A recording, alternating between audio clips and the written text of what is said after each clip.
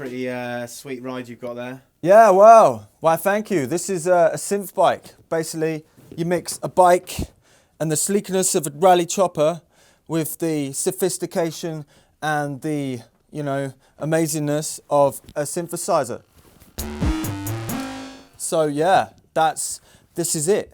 I mean, it's got a massive front panel over here with loads of knobs on it that do lots of different things that we'll talk about. I mean, there's one here that's the filter.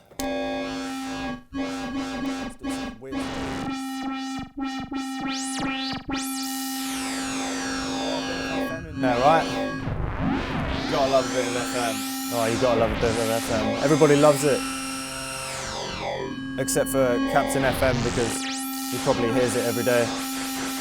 But yeah. Oh, turn it off. VCA off. Oh no.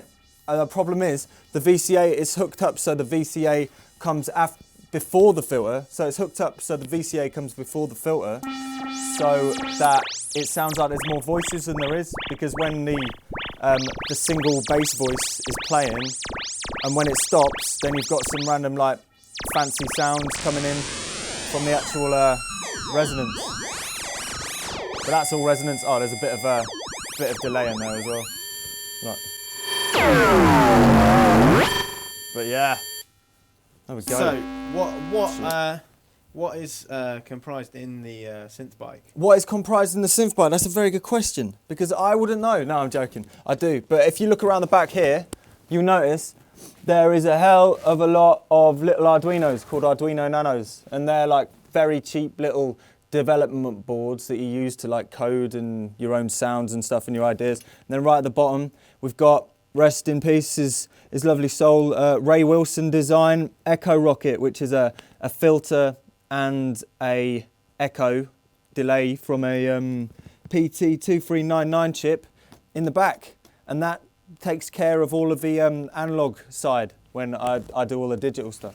Because the main problem with this was the fact that it's all battery powered, so I didn't really know what to do, so I figured I've got to make it all work positive voltage, which is not like modular world. So I've got this little battery at the back, a single old, you know, old biddy scooter motor thing, and that's the power. It lasts for quite a while, 6 volts running up to this bad boy.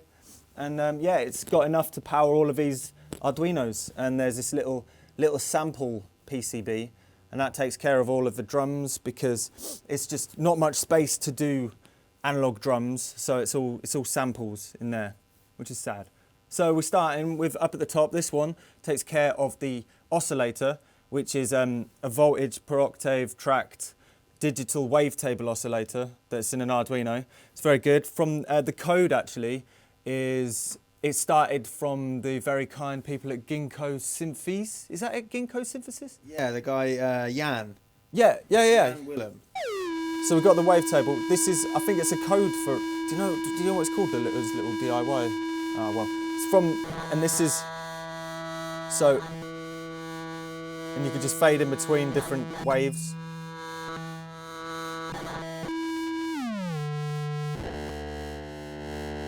But there's not that, it's quite simple. Like, I find most of the flavour comes from the filters and stuff, so it's a nice simple thing, but mainly because this is voltage per octave tracked and it's still only 9 volts, so it's great. And that's going into something called a Barton musical instruments DIY little quantizer, which is pretty That's amazing. also running on a Arduino as well, right? Oh no, that one is actually like right down here. There's a quantizer, if you can see, right down there. And what that does is that's keeping it in tune.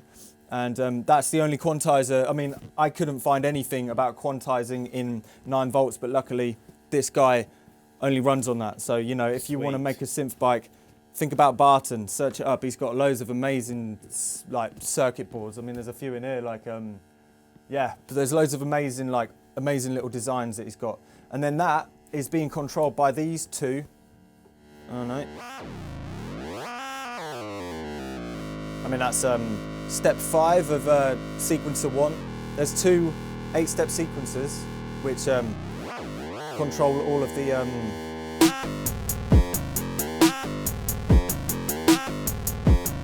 but then you can turn, these are both controlled by this part, which is like a trigger step, which is made on another Arduino separately. And it's on fill mode at the minute, but if you turn off fill mode, oh no, it was in fill mode, but so it's off, and then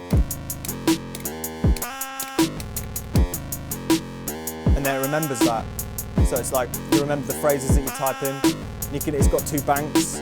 Oh no, this one hasn't. Okay, the other one's got 2 banks, but and then switch over to this side. So by interlacing the 2 sequences, you can get like 2 8-step sequences. You can get longer patterns, more interesting patterns, well, that sort of stuff. The right? actual interesting patterns come from this side. I've wired it up so what you can do is this button tells it to reset when the actual sequence from the trigger sequencer has stopped. So it can end up being like 12 or 13 things depending how much you type in. So if you go 1, 2, 3 and then turn on. It's only doing 3. For some reason, number 2's LED's broken. But then you speed it up. It's like. But it's going back, even though it's 8 steps, it's telling it to reset. But at the back, you can also change it. So it's got a little patch bay at the back. So it's semi-patchable. So when you plug things in, which means you can, like you said, turn it into a 16-step sequencer, I think. I haven't written very good labels on here, so I'll have to go and look in my book, see which one's which. But that's part. So it's got an internal clock that's running here. Yeah. But you can also clock it from the speed that you're riding, right? Yeah. I'll just show you that quick. So there's a switch down here, which has got its own separate Arduino underneath. And this is the tempo. But that's like its internal clock. But then you switch over to here. Oh, and that's where the fun begins, because I'll just lift it up from here. I'll just get on it because I don't want it to fall over. So basically, where now if you twist the wheel, you've got to ride a bit quick, but there's magnets in here and a reed switch. So you can do by how quick you're biking, and then you stop. And you can even go backwards. But yeah, really quick.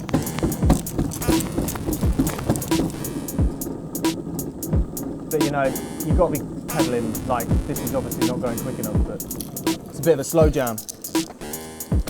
And then that's that. Flick it back to the internal clock. It's also got an external clock in, so you can plug it up to anything. If anybody else has brought their synth bike along and you're having trouble, like syncing up on your synth bike journey, then luckily you can plug them both together, as long as you're not biking too far away and it all just might get goes a bit wrong. Dangerous then. Yeah, Roads, right? I mean, maybe it's better getting a synth bike tandem if you're in that situation. But let's just say, for instance, you guys are very good and concentrating, and you're able to ride around without getting taffled up with your thing. Maybe we should make a wireless version. Let's screw it. I mean, the possibilities are endless, so you never know. But then, so we've had a look at the voice and the sequencer. Let's have a look at these drums. Like, how are you sequencing those drums? Where are they coming from? I'm guessing they're all samples, right? Yeah. So basically, at the back, this is the drums. So the drums are coming from this thing, which is called a Spark Fun WAV trigger, which is about £30, and you basically load these sounds onto an SD card, and it's got 16 triggers on it, so you can just trigger 16 separate sounds. It's also got MIDI, so you can trigger as many sounds as you want. I think it goes up to about 10,000. So, I mean, I have no idea who the hell is going to want 10,000 separate sounds, and who's got the time or patience to load 10,000 separate sounds onto it, but whatever. Who knows? So basically, what's that doing is it's going into this, and this is where the magic happens. So this part is the trigger sequencer. So if I flick it over to here, and then go to the next one. Oh, I've gone too far. And then it goes back, and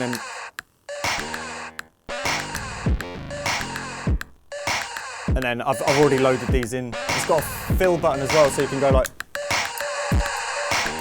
oh no. I'm gonna turn that guy off, he's annoying. And it's also, so for each of the 6 trigger lines, you've got 2 separate sounds that you can have. So this one, there's a little Congo, is it? And then there's also a stick, and then you can turn it off, this one. So even when you're in the skate park and you're doing some sweet tricks on your bike, you can still get in there some sweet fills. Yeah, you can get those fills in there. You can, let's say you're going up on the half pipe, you've got to be like, I'm gonna go doing the 180. You can still get your fills in, and then you go back to normal. But so there's that part of it. You've got a keyboard over here.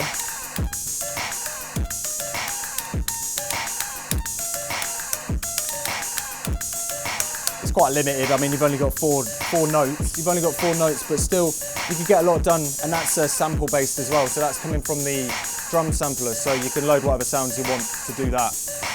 But and then you can go crazy with it. So if people are really into the synth bike and they want to see the synth bike, where can they see the synth bike? Well, it just so happens that this synth bike is going to be in Bethnal Green Crypt, which is just above the tube station, this Saturday night, which is the 10th of December 2016. So if you want to see it, if you want to play it and play on some other things, like I'm going to take down this speak and spell over here and all of this stuff, and I'm going to hook it up, and then they'll be able to ride this thing, which is down there, which is another... That's synth bike number 1, right? Yeah, this is synth bike number 1, and basically, well, this guy is...